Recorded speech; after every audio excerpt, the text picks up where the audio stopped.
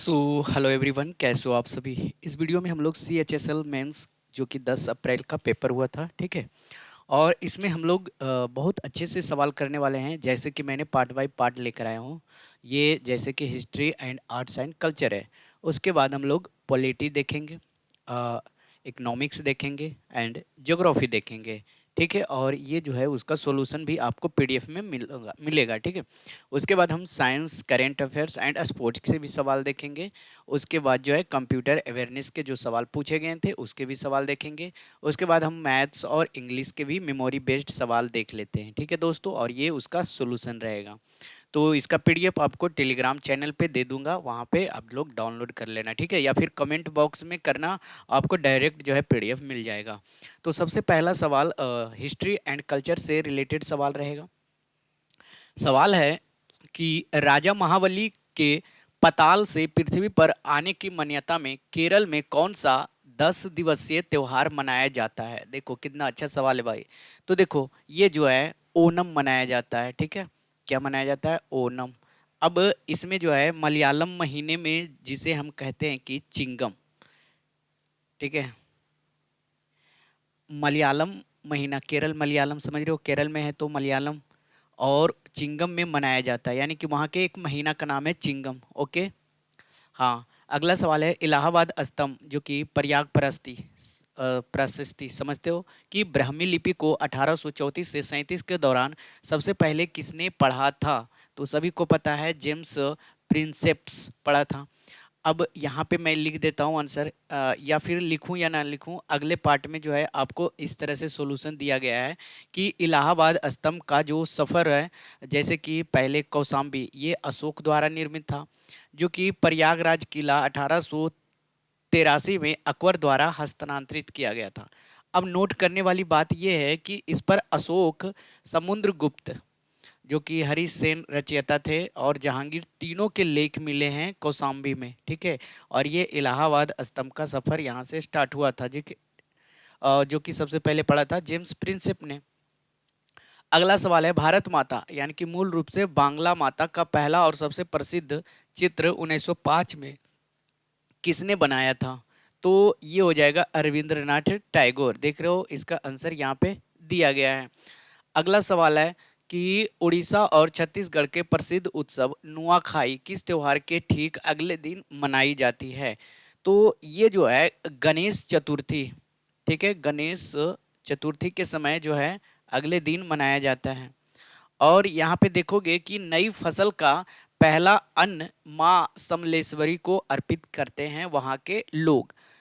अगला सवाल है तमिलनाडु का कौन सा 2000 वर्ष पुराना शास्त्रीय नृत्य ऐतिहासिक रूप से देवदासियों यानी कि सादिर दासी अट्टम समझते हो ना, वहाँ का एक डांस फॉर्म है सादिर दासी अट्टम जो कि तमिलनाडु में होता है। ये किसके द्वारा किया जाता है। तो ये जो किया जाता है और ये भरतनाट्यम का ही रूप है। तो भरतनाट्यम यहाँ पे लिख लेंगे। ओके, भरतनाट्यम। यहाँ पे आंसर देख सकते हो कि भरतनाट्यम जो तंजौर के मंदिरों में विकसित हुआ था। अगला सवाल है राजस्थान के किस प्रसिद्ध सपेरा लोक नृत्य को 2010 में यूनेस्को द्वारा मान्यता दी गई थी। बताओ। तो ये हो जाएगा कालबेलिया। कालबेलिया को हम लोग सपेरा लोक नृत्य कहते हैं और इसको 2010 में यूनेस्को द्वारा जो है मतलब जो मान्यता दिया जाता है डांस फॉर्म का, ठीक है, उसको मिल चुका है। तो ये यहाँ पे लिख लेंगे कालबेलिया। ये कहाँ का है?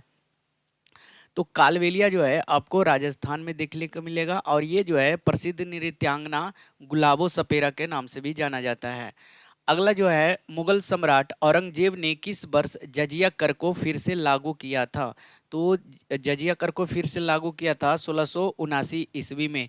अच्छा, जजिया कर को पहले हटाया कौन था? तो यहाँ पे देख लो कि औरंगजेब का 26 वर्षीय दक्कन अभियान जो कि बीजापुर 1686 और गोलकुंडा 1687 साम्राज्य के लिए घातक सिद्ध हुआ और खजाना क्या हो गया था?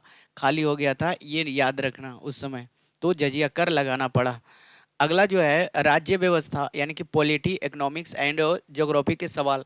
भारतीय संविधान के किस अनुच्छेद के तहत राष्ट्रपति सुप्रीम कोर्ट से परामर्श यानी कि एडवाइजरी जुरिडिक्शंस ले सकते हैं। तो ये कौन से अनुच्छेद के अनुसार ले सकता है? तो 143। अब यहाँ पे देखेंगे कि ये जो सलाह है राष्ट्रपति के लिए बाइंडिंग नहीं है, ठीक है, यानी कि बाध्यकारी नहीं करता है। अगला जो सवाल है, किस चार्टर अधिनियम ने ईस्ट इंडिया कंपनी के व्यापारिक एकाधिकार यानी कि चाय और चीनी के साथ को पूरी तरह समाप्त कर दिया? किस चार्टर अधिनियम ने? तो ये हो जाएगा 1833 का चार्टर अधिनियम आया था, ठीक है। और ये जो है कंपनी द्वारा लाया गया था। तो इसमें क्या था कि व्यापारिक एकाधिकार को, जैसे कि चाय जो है और चीन के साथ ही व्यापार कर सकते थे, ये एकाधिकार पूरी तरह से समाप्त कर दिया। अगला सवाल है, भारत की पहली 1951 से 56 और तीसरी 1961 से 66 पंचवर्षीय योजना के अध्यक्ष कौन थे? तो पहला जो थे, ठीक है, वो पीसी महालनोबिस हेराल्ड डोमल, पहली योजना हेराल्ड डोमल। तीसरा था गॉडगिल योजना, तो ये याद रखना। और हेराल्ड डोमल जो था ये पहला एग्रीकल्चर पे था। किस पे था भाई? एग्रीकल्चर पे। और ये जो पंचवर्षीय योजना यानी कि जो 1961 से 66 वाला था, ये तीसरा था। और ये तीसरा था गॉडगिल, ठीक है, गॉडगिल योजना कहते हैं इसको। और ये जो है किस पे बेस्ड था, थीम था? ये था जैसे कि 1962 में उस समय चीन में युद्ध हो रहा था, ठीक है, और 1965 में पाक के युद्ध के कारण ये जो है असफल रहा था योजना। ओके, ये याद रखना।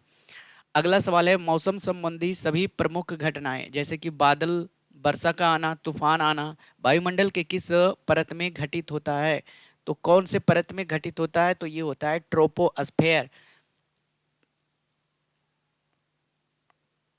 ये ट्रोपोस्फेयर को हिंदी में हम लोग क्षोभ मंडल कहते हैं। क्षोभ मंडल। अब यहाँ पे थोड़ा सा समझाता हूँ कि ये जो भूमध्य रेखा पर ऊंचाई जो है 18 किलोमीटर और ये ध्रुवों पर 8 किलोमीटर होता है, ठीक है। अब यहाँ पे सवाल अगला देखेंगे। अगला सवाल किधर है कि एक्सोप्लैनेट्स की खोज करने वाला पारस स्पेक्ट्रोग्राफ टेलीस्कोप कहाँ स्थित है? तो ये कहाँ स्थित है? तो ये हो जाएगा माउंट आबू, राजस्थान। तो यहाँ पे लिख सकते हो राजस्थान, ये माउंट आबू है। देख लो, माउंट आबू राजस्थान, जिसे गुरु शिखर वेधशाला या फिर PRL अहमदाबाद द्वारा संचालित किया जाता है। अब अगला जो है हम लोग science, sports and current affair के सवाल देखेंगे। पृथ्वी से सूर्य पृथ्वी लैग्रेंज बिंदु जो कि L1 और L2 को कहते हैं कि अनुमानित दूरी कितनी होती है? L1 से L2 की अनुमानित दूरी कितनी है, बताओ।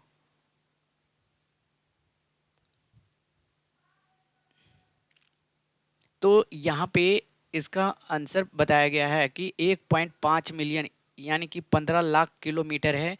सूर्य पृथ्वी की कुल दूरी का 1% है, ठीक है। सूर्य और पृथ्वी की जो दूरी है उसका सिर्फ 1% है L1 एंड L2 के बीच की दूरी को, यानी कि 1.5 मिलियन 15 लाख किलोमीटर उसे कहते हैं, ठीक है। ओके, अगला जो है सवाल, सामाजिक न्याय मंत्रालय की PMS यशस्वी योजना का फुल फॉर्म क्या है? तो PSSM यशस्वी योजना का फुल फॉर्म होगा PM young achievers scholarship award scheme for vibrant India, जिसमें कि OBC EBC छात्रों के लिए जो है जिसका आय 2.5 लाख से कम है उसको ये स्कॉलरशिप प्रोवाइड किया जाता है। अगला जो सवाल है, पेरिस 2024 ओलंपिक में भारत ने कुल कितने पदक जीते और एक ही संस्करण में 2 पदक जीतने वाली खिलाड़ी कौन है? तो 2024 में देख लो कि कुल पदक इंडिया का 16 था, ठीक है। एक रजत था, 5 कांस्य पदक था और 2 पदक जो जीता था वो मनु भाकर, ठीक है, शूटिंग के लिए मनु भाकर, जो कि 10 मीटर एयर पिस्टल मिक्स्ड व्यक्तिगत और मिक्स्ड दोनों में, यानी कि एक तो पहले वो अकेली थी, उसके बाद मिक्स्ड यानी कि पार्टनर के साथ दोनों में जीत लिया और उसके पार्टनर जो थे सरबजोत सिंह के साथ, ठीक है। अगला जो सवाल है, ये तो निशानेबाजी में व्यक्तिगत ओलंपिक स्वर्ण पदक 2008 में बीजिंग जीतने वाले पहले भारतीय कौन थे? 2008 में ओलंपिक स्वर्ण पदक जो बीजिंग में जीता था, पहले भारतीय कौन थे भाई? तो अभिनव बिंद्रा, शूटिंग में 10 मीटर एयर राइफल में। अगला सवाल है 1889 में स्थापित मोहन बगान एथलेटिक्स क्लब किस शहर में स्थित है? तो मोहन बगान ऐसे ही नाम से पता चल रहा है कोलकाता का सबसे पुराना है, एशिया का सबसे पुराना फुटबॉल भी है, क्लब है, फुटबॉल क्लब। ओके। हम्म। अगला जो सवाल है 2023 में state of the judiciary report के अनुसार कितने % जिला न्यायालय में पीडब्ल्यूडी के लिए अलग शौचालय है? तो ये जो हो जाएगा जैसे कि जुडिशरी रिपोर्ट 2023 में आया था कि शौचालय जो है 30.4% है, रैंप सुविधा जो है 49.7, और व्हील चेयर जो है, जैसे कि रैंप मतलब अपने खुद से जो बैसाखी होता है उस पे जा सकते हैं, और व्हील चेयर जो है 25.2%, और टेक्सटाइल पाथ है 5.1%। Okay report. चलिए अगला जो है हम लोग देखेंगे कंप्यूटर से कि कंप्यूटर में सवाल कैसे थे। एमएस पावर पॉइंट में वर्तमान प्रोजेक्शन में नई स्लाइड जोड़ने का शॉर्टकट क्या होता है? तो देखो हम जैसे एमएस पावर पॉइंट पे बना रहे हैं, अभी पढ़ा रहे हैं, तो अभी जो वर्तमान में है प्रोजेक्शन में नई स्लाइड जोड़ने के लिए मैं क्या करता हूँ कि इसको ऐसे मतलब राइट क्लिक करता हूँ और न्यू स्लाइड ऐड करता हूँ। अब यहाँ पे भाई कहाँ चले गया कंप्यूटर वाले। हम्म। तो इसका आंसर कंट्रोल प्लस एम हो सकता है, ठीक है। जैसे कि आप कीबोर्ड जब यूज करोगे तो कंट्रोल प्लस एम दबाओगे।